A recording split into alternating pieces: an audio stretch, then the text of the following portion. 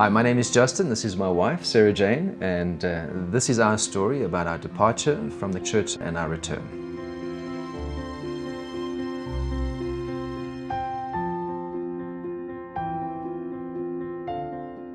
So it was in 1999. We were on our way through to Kilburn Station in London, and we had bumped into a number of disciples. We came to know that the church was actually meeting on the road that we were staying in London, and we weren't aware of that.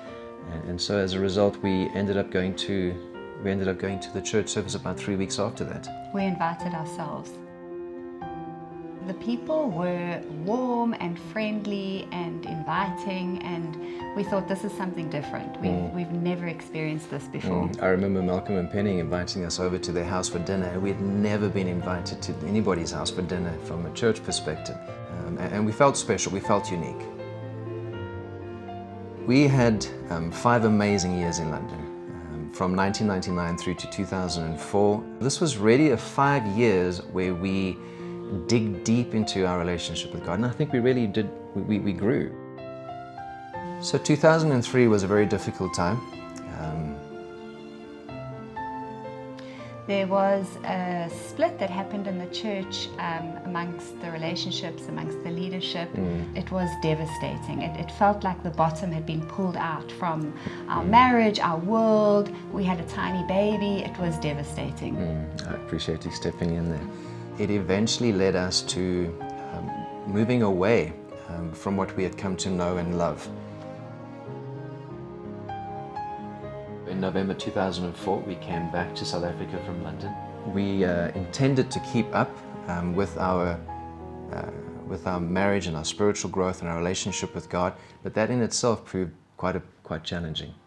We started to change, our marriage changed, there were temptations that set in, different choices that we started to make, and it was a slippery slope. Yeah. Gotten back into my old character, got involved in a lot of impurity, infidelity, and of course that really did hurt our marriage a considerable amount. I think when you slip to such a low place in a marriage where we've been together this year, it's 31 years, and when you reach such a dark place in your marriage and you lose hope and you think, oh well, this is it, this must be it, I think I'm forgotten.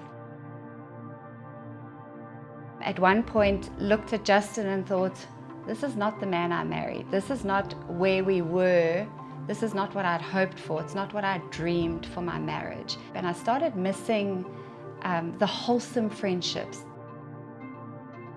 My brother-in-law, Ian, he invited us through to the church.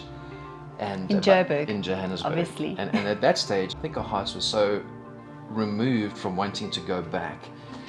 And we made a plan. I said, that's fine, we'll go, but we're going to sit right at the back and we leave ASAP. We get in, we listen, we get out. That was the plan.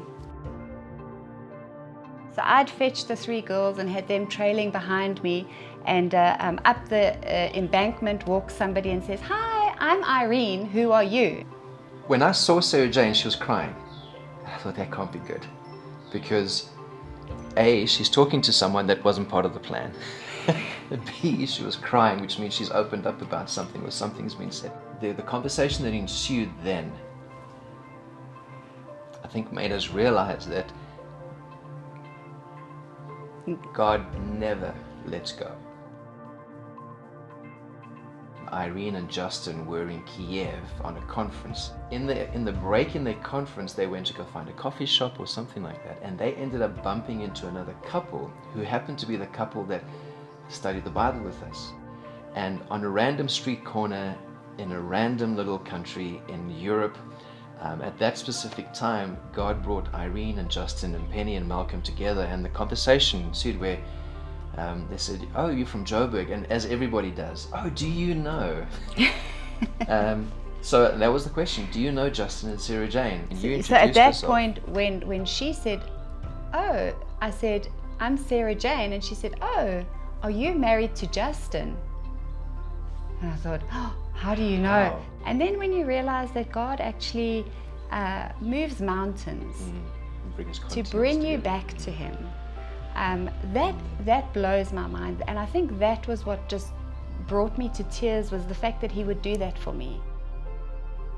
So it was almost like our exit plan, God turned around to make our restoration plan.